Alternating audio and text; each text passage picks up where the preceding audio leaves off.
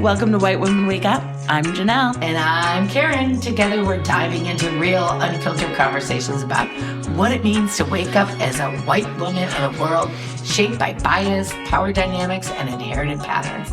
We're here to challenge norms, examine our assumptions, and foster empathy through raw intergenerational dialogue. It's not always easy, and we don't always agree, but we're showing up anyway. Yes. Hey, Jonelle. Hi, Karen. How's your week been? My week's been good, and it's interesting. I was thinking about, as I was even reading off the, our intro, this idea of it's not always easy. No, it's not. So one of the things that we had to reflect on was trusting the lived story, the experience of the lived story. And I didn't realize how much my preconceived bias enters into every time I listen to someone. Yes. And I don't know, maybe that's my rapid way. They're saying we do it because of efficiency and the time. But I segment, that's this person. Does that person really mean that? And that person exhibited this before. And so do they really mean that? I can't just accept. Yeah. Well, honestly, we don't normally lead into a topic this fast, but that is a very strong lead into my topic. But did you reflect at all? I mean, Maybe yeah. you're more trusting. I think I'm definitely a lot more trusting. But again, as I go back to what I said in the story yesterday, I'm more trusting in strangers and individuals as whole. Where I struggle are certain people in my lives who I don't always trust where they come from. And so that's what I really have to work on. But as a whole, individuals, strangers, friends, most people, So you don't enter with a preconceived. I don't really enter with a preconceived. I've always joked to myself, I'm like the Norma Ray of my office environment. The amount of people who have gotten to stand up for their injustice when I start a job, and then by the time they end up quitting and finding a better job, and then people get annoyed with me because it's just they were fine before. Why did you have to wake them up to the injustice? And so I've always joked that I'm definitely the Norma Ray in work. You bring the stories out. I bring the stories out in people. But Anyways, I'm really working on it because now that I know one of the reasons I do it is for efficiency and time. And I have these biases, I'm trying to think that through. Good. I'm trying to be intentional with it. Good. Trying to accept people's lived experiences.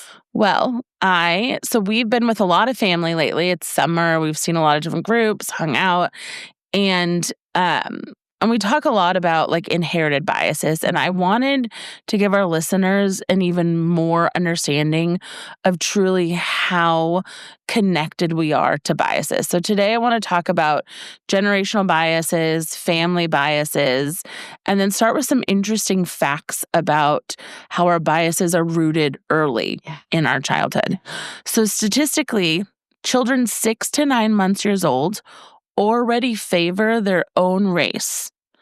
On adults, they tend to gaze more at adults of their own race than they do the race of others. So starting at 6 to 9 months, we are already naturally inherited bias towards ourselves.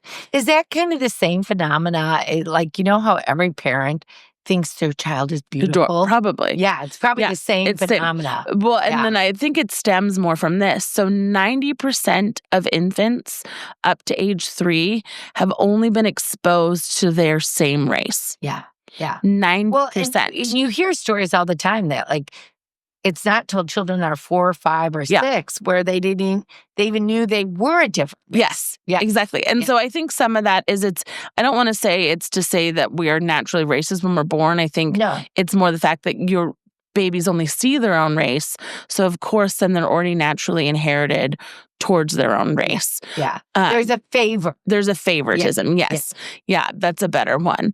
So then the next thing is kids ages 5 to 12 already have a pro-automatic white bias that are measured on implicit tests.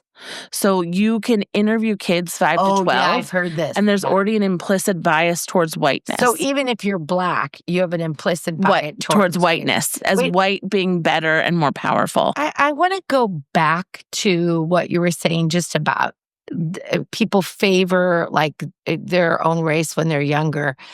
I do find, I think these are like, psychological phenomena, because I do find it interesting when you meet a young person.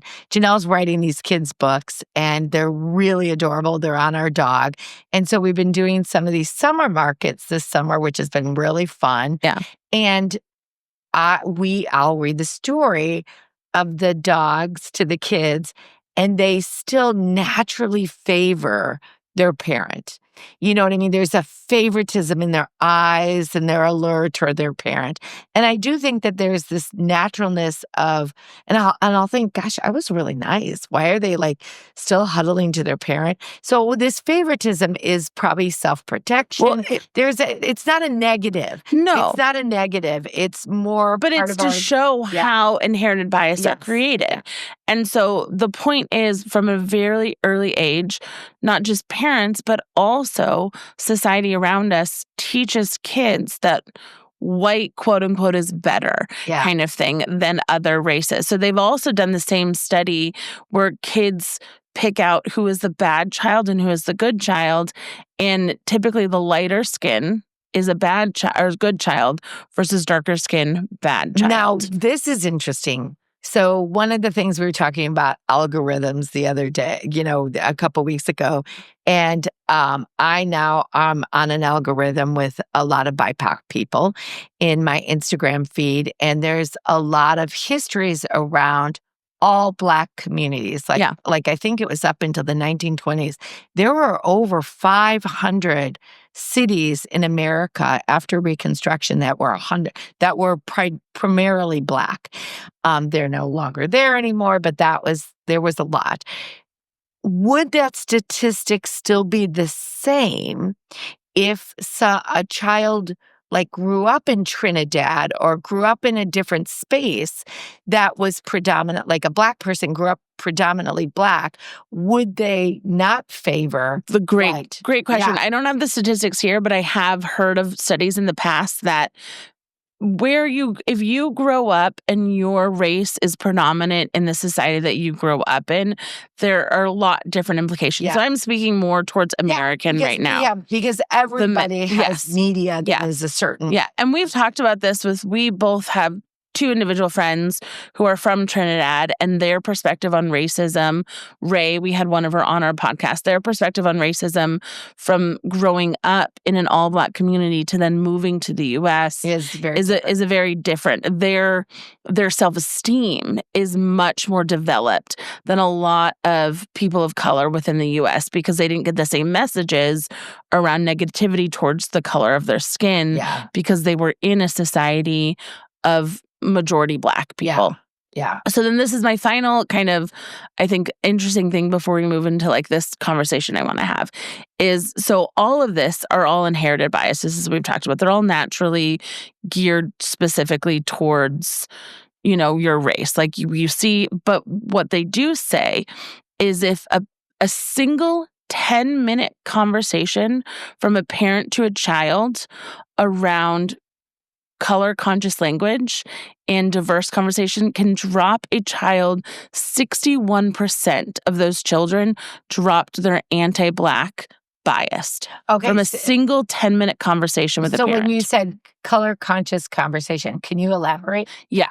So a color-conscious conversation is talking through diversity, talking through positive thinking of all races, not identifying races as positive or negative, not identifying individuals as good or bad and stuff. And we see this continually with political systems, how kids will argue oh, this president is great, this president is bad. The reality is kids don't have they're doing what their parents doing. And so I think that's just such an interesting statistic that just one 10-minute conversation dropped an anti-Black perspective from 61% of elementary school children. White elementary. Or all elementary. It doesn't, and we want the study didn't. And we want to take diversity conversations out of Exactly. Exactly. Anyways, okay, keep going. Okay. So what I want to talk about, given now that we know how inherited these structures are with our own family system, I kind of want to have us have a conversation about a very vulnerable conversation about our own family's structure and inherited bias and kind of where things have uncovered for us. And so I have a lot. I know. So I have some questions for you that I want to just spark conversation between us. Hopefully my intent, as this is always our intent, is to get people talking amongst their own family members. I think before I get into this, I do want to say we had a pretty heated, I wouldn't say heated, but the conversation itself was heated. We had a conversation about trans athletes at our family reunion, and there were different perspectives all over the map. And I have to say, usually those conversations are tense and then kind of end abruptly with no conclusion. And we really forced all of us to stay in this conversation together. Everyone shared their opinion or disagree. And we were as respectful as we could be with the conversation. And I did have family members tell me that they were actually really grateful we didn't let them walk away like we normally do, because we actually got to resolve things in a healthy manner.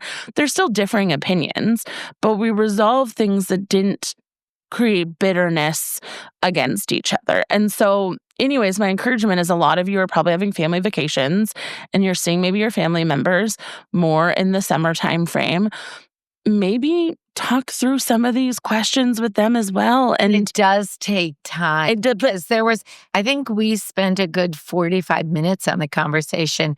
And within those 45 minutes, several times, a couple members wanted to get up and And people did give up and then came back. And so I was proud of us. So anyways, I encourage you guys to kind of break through your inherited family bias and structure. The other thing that we learned in that situation, if you talk about inherent bias, if you're listening to this podcast, if you're Jonelle and I having these conversations, we're already starting to learn how to talk about our feelings around racism. We can even use the words like racist or those sorts of things. And identify ourselves as we all know that we have inherited racism. And so what we notice is a lot of people who haven't had these conversations are really struggling to put words towards their experience or their meaning. And so having patience with people, I guess, to put words into action. And the only way you're going to get through this is practice. I mean, we've had years of practice and conversations. And we don't get through it very well all the time. No, but anyway, so first question. Okay. And we'll kind of go through this. So, and again, audience, this is for you too. I would love for you to kind of talk through your family about this. Describe our family's kindness motto in one phrase. Well, my family, my mom, and so I'm going to talk about our family, like our nuclear family, or my parents. Just whatever you want. Or here, my dad used to use this word P for polite. He used that a lot. And so in other words, if you can't say anything nice, don't say anything at all.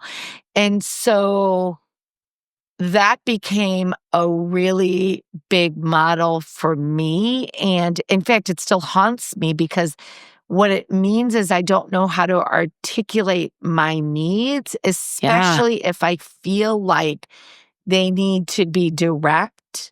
And I already project, use the word project a lot.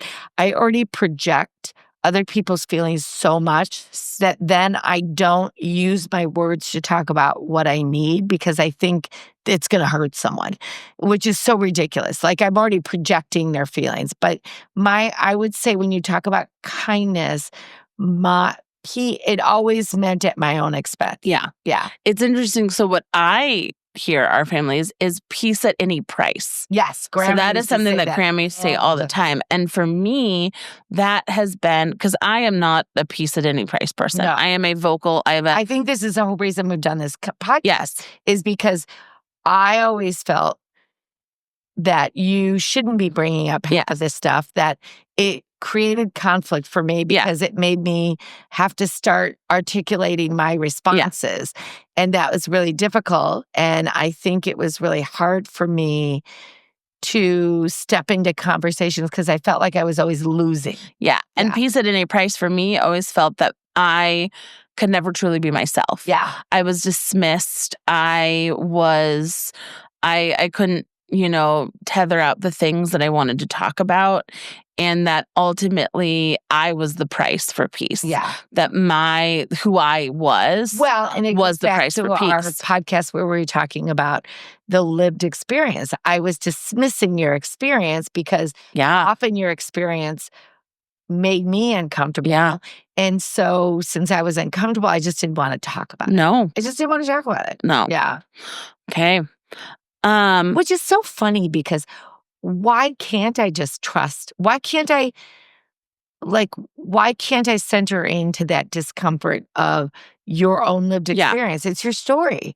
Yeah. But one thing we also learned, talk about the lived experience is the one-upping story. Yes. So then you would tell me your experience. Like I use this language of the rat story. Yeah. We once rented a cabin and it had rats. So then I told people about the rat story. Then I had to listen to everyone else's rat story. Why can't we just listen to someone's story and not one-up a story? Yeah, we've talked about that, like the comparison trap or it's the listening. Yeah. So okay, yeah. An interesting observation, though, I realized. And I think the kindness, actually, it's interesting that you're asking this question because I think really where the kindness gets in trouble is I project what I think you're going to feel. So I don't even allow you to feel. Yeah. And then I think the kindness actually becomes a way of shutting people down. It is. It really does because I get so I feel like I might be uncomfortable. Either I'm going to protect someone from their discomfort. It really diminishes everyone in the circle. It's like a lack of empowering. Well, I was just about to say, then the irony is I don't find kindness in any of this. Yeah. No. That's the funny thing. Yeah. Yeah. There's no kindness. Like, that's what I was going to say. We didn't even use, until this last sentence, you didn't even use the word kindness. Yeah. In our answers. Yeah. And so and it's actually interesting too, because like using the language peace at any price. Okay, let's go back to that. Yeah. And you use the example of trans athletes, that conversation. Yeah. It was incredibly uncomfortable. And yet, and so we wouldn't have had peace at any price. No. Dismissed it. And yet by taking the time to look at the discussion, to look at the topic from various points of view. We all learn something. By allowing ourselves to be uncomfortable. That's so funny. The video put the little finger up. Oh, it did? YouTube, yeah. Anyways, but by allowing ourselves to be uncomfortable and allowing everyone to be uncomfortable, which wouldn't naturally feel kind, right? It actually was a language of kindness because we were able to listen to points of view. Yeah. So we all learned something in that manner. We did. So this is great. So everyone, ask your family. Yeah. Describe your family's kindness motto. I'd really encourage you to. I think in hindsight now, evaluating what you're saying is our kindness model shut people down. Yeah. Yeah. Okay. I have a good answer. Which is not kind. Not kind. I have a good answer to this one. Okay. Finish the sentence. Hard work means ... Oh my God. It's so funny. Grandpa, my dad's school ring used to say something like, hard work is a trusted man or something like that. Oh my gosh. I laugh about that one. But hard work in our family is I would say essential. Unfortunately, we work so hard in our family that we see hard work as like one of the most as valuable, strongest virtues that someone could have. Yeah, and what I was going to say, hard work means success, and it's interesting, and I don't agree with that. We label it, and I don't agree with that. It's interesting growing up. And this is like such the white privilege mentality. I had a very obscure career. And I had like 17, this is not even a joke. I had 17 different jobs in about a span of 10 years. Like No, a span of like 18 years in a career, if you really look But at they were some of them in the same company, but different job positions. different job positions. But I was moved around so much. I moved around, boredom. And so that there was this thing in me that always felt like, whereas you chugged along, my brother chugged along. There was this mentality. Hard work. No, but you're not letting me finish. There's this mentality in our family. If you just put your head down and you worked hard, you would have success. And so it always really confused me because I was working so hard and I didn't always feel like there was success in places. And so I felt like I was outside the scope of norm. And now looking back on it, I was outside the scope of norm. I was in fashion in a larger body. And I think in some areas that really affected me. In other areas, my ability really shone and I was able to rise. But I had a lot of ups and downs throughout my career. And I didn't get this now that I know this like white male privilege that grandpa got, which was hard work brought him success. Yeah. But also his whiteness and his maleness brought him a lot of clients, brought him a lot of engagement with buddies from his buddies from the yacht club. And so to me, when I hear the hard work means success, it still is eclipsed with a lot of like untalked about privilege there. Oh, Jonelle, it's so interesting that you should bring up. First of all, a couple things. Hard work equals success, but it's only hard work if it equals money. Yeah. So that's a big one. But this is generational and white privilege that I never owned as white privilege. But I remember when I left a corporate job and my husband and I started a design firm, I remember a statement or something out there that as long as you work 24/7 for 3 years, you would be guaranteed success. Oh, wow. That's how, and when we talk about guaranteed success, I'm not talking about success like I feel like a good person. Yeah. I'm talking about success, money. Yeah. And then when we worked our butt off for those 3 years and we still were struggling financially, my whole narrative was rocked. But that's how privileged I was as a white person. Now, the funny thing is, I didn't add the equation of being a woman. Yeah. Because I kind of was at that, what do we call it? The second wave of feminism now, where I was the result of my mother's feminism, and I got to go to college, and I got a degree, and I got to get into the corporate world. I didn't see the things that still could be stacked against me, which is 73 cents on the dollar type of thing. But I was equating myself and giving myself my father's equation. Yeah. Yeah. So anyways, that's interesting, but I never even looked at that statement as a privileged statement because I didn't have systemic obstacles. Yeah. One thing that changed the trajectory of my career is I read this book about just negotiating and kind of the workplace. And it talked about how women, and the book wasn't even geared towards women, but there was just a paragraph within it. Around how women statistically don't even ask for, women statistically, one, don't often ask for raises, and two, women often do apply to jobs that they are 100% qualified for, where men often apply to jobs that they're only half to 2/3 qualified for. And that, for some reason, set the trajectory of me applying higher and more progressive. And then when I would negotiate, I would go to the extremes with negotiation. And I would negotiate like a mediocre white man kind of thing with that thought process.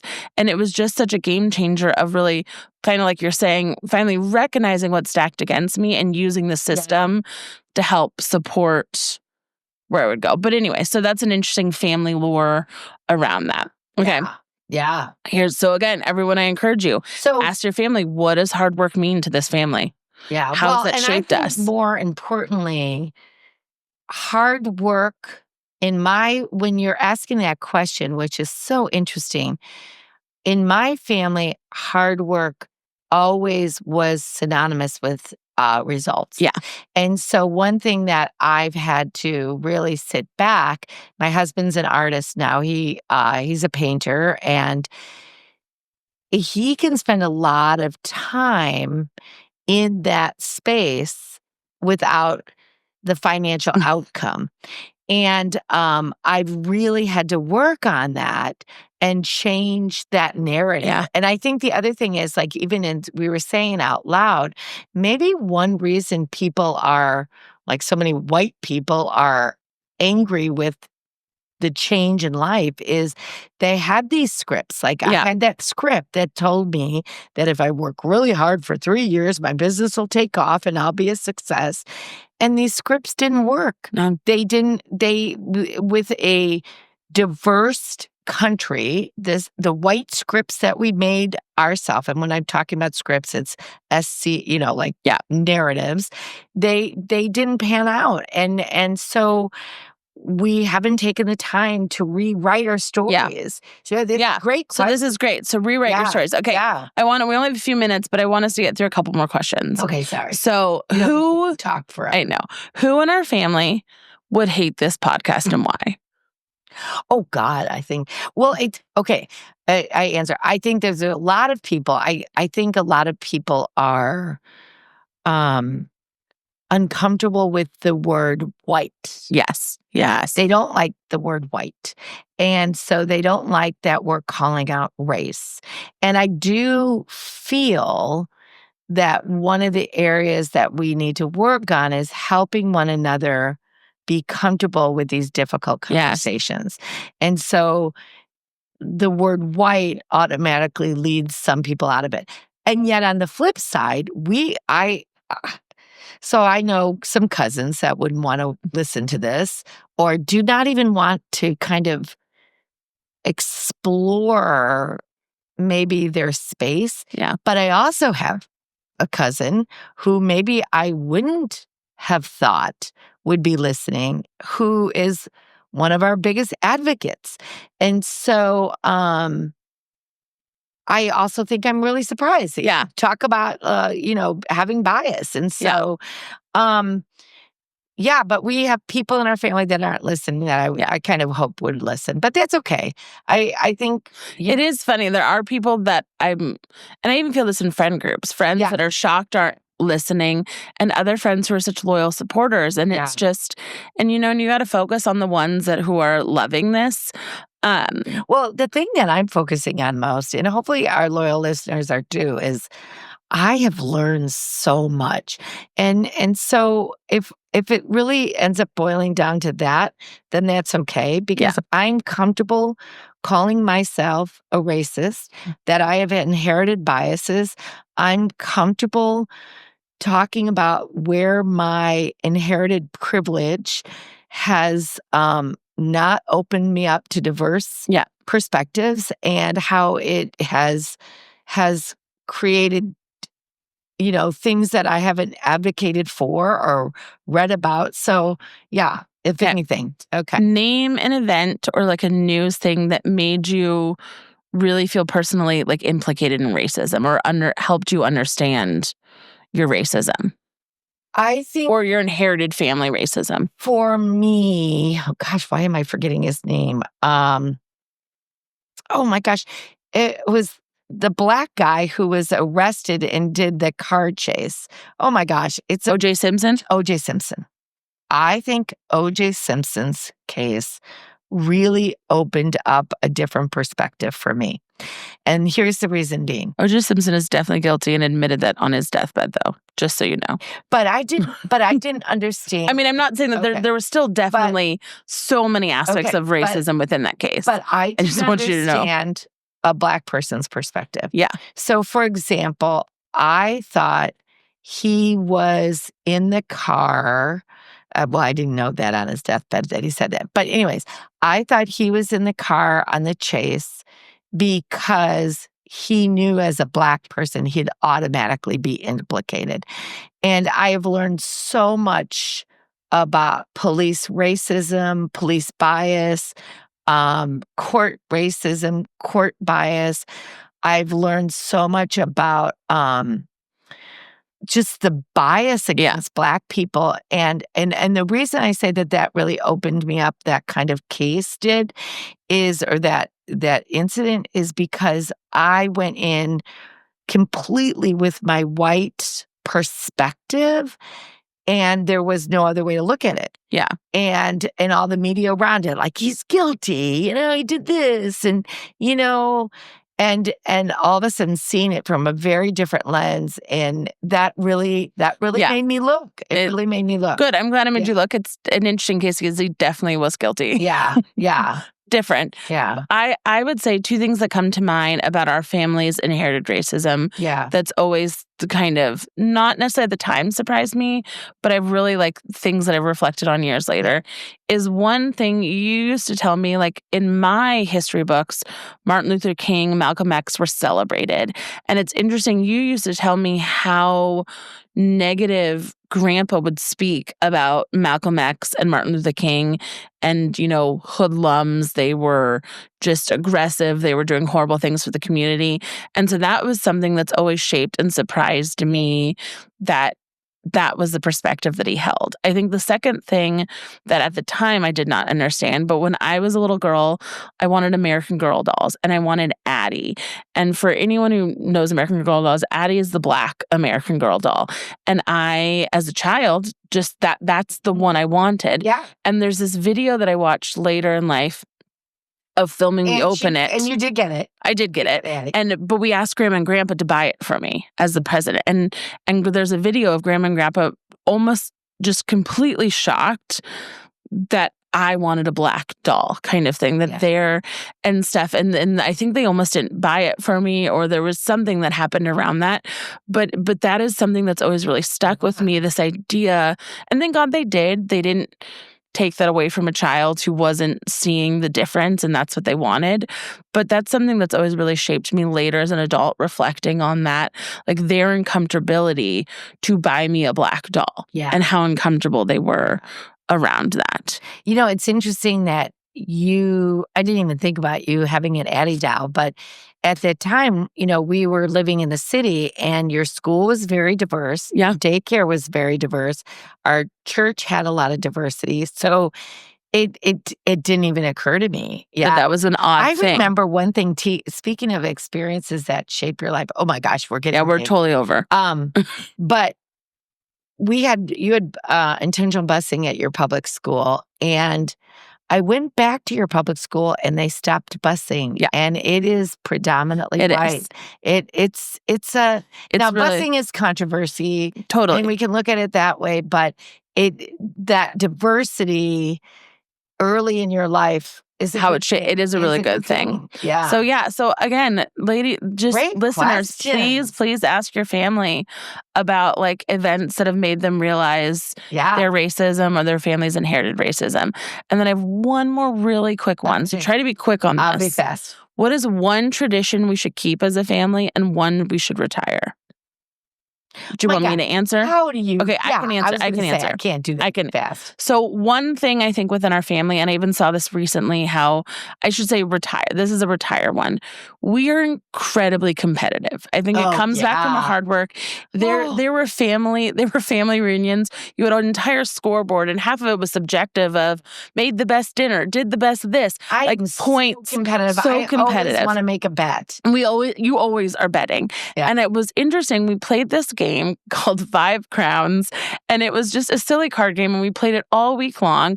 And we noticed when we were generous with each other, if someone accidentally put down a wild card and didn't mean it, we were all pretty generous about pick it up, because what we learned, this card game, some days you would win, and then the next day you would epically lose. There was no rhyme or rhythm. Yeah. And so I think it really gave us this more spirit of fun and not competition. And then it was interesting, and I won't call out the family member who did this. One family member who hadn't been playing all week came in with our normative competitive narrative. Someone dropped a wild card, and this person would not they wouldn't even budge. They wouldn't budge. They were like, no, I'm picking up the wild card. This is a competitive game. And it was so interesting, the dynamic, how it had shifted a game that we had been playing for 5 days straight, and how just those inherited patterns. And now, again, this family member, I love them. it was half a joke, but it was half also like inherited structures. And it was to compete. And it was fascinating how it shifted the dynamic. Yeah. So I would say for us, retiring over competitive nature. That is, oh my gosh. Okay.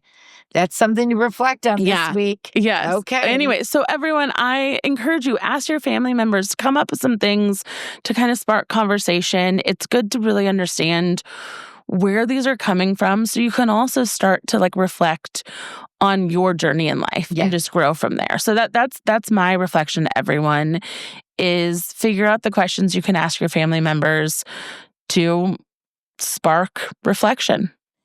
Thanks for joining us on White Women Wake Up. We hope today's conversation sparks something in you, whether it's reflection, a new question, or deeper commitment to showing up with empathy and accountability and bringing these questions to your family. If you found this episode meaningful, subscribe, leave a review, and share it with someone who needs to hear it. You can also connect with us on Instagram, YouTube, TikTok, Substack, or whitewomenwakeup.com. Read our blogs. We'd love to hear your thoughts and keep the conversation going. Bye. Are you recording? Yeah, I am. You record us being like, are we boring? No, I didn't do that. Are we boring? Do we think we're boring? We're boring.